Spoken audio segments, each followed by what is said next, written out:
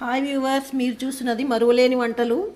ఈ ఈరోజు నేను మీకు చూపిస్తున్నది జవరవ్వ మసాలా ఉప్మా అనమాట. దీనికోసం నేను జవరవ్వ గ్లాసున్నర తీసుకున్నాను. అల్లం వెల్లుల్లి పేస్ట్, గరం మసాలాతో పాటు చేసింది తీసుకున్నాను. ఉల్లిపాయలు, టమాటాలు కట్ చేసి ఇవన్నీ కడిగి కట్ చేసి పెట్టుకున్నాను అనమాట. క్యారెట్, నానబెట్టిన బఠానీ, శనగపప్పు, ఉల్లిపాయ, పచ్చిమిర్చి, కొత్తిమీర. ఇప్పుడు ఈ మసాలా ఉప్మా కోసం ముందు ఉల్లిపాయలు వేపాను. ఉల్లిపాయలు వేపిన తర్వాత శనగపప్పు వేసి కరివేపాకు వేసాను.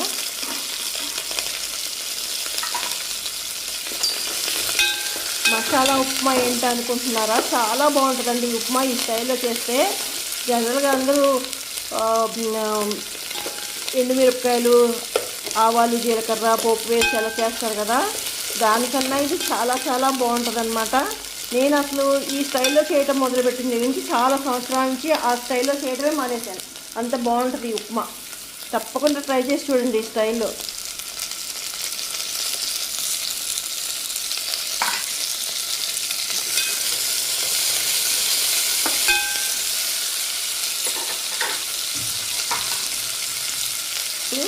కొత్తిమీర కొంచెం వేస్తున్నాను.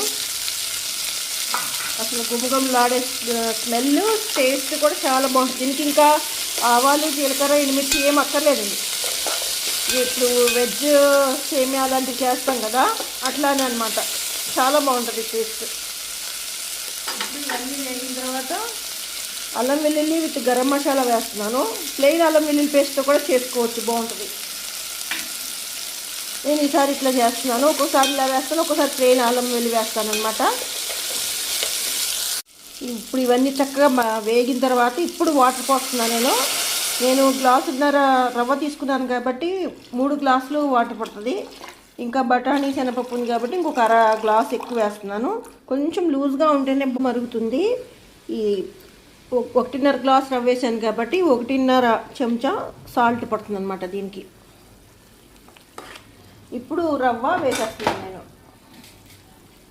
ఇది బొంబాయి రవ్వలాగా కలుపుతూ వేయక్కర్లేదు, మామూలుగా ఇలా వేసేయచ్చు.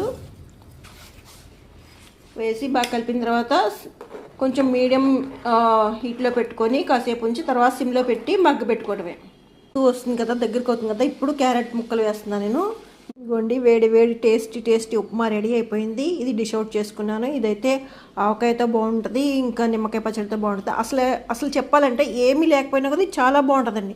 మసాలా అసలు టేస్ట్ గుమగుమలాడిపోద్ది అనమాట. తప్పకుండా ఈ స్టైల్లో మీరు ట్రై చేసి చూడండి.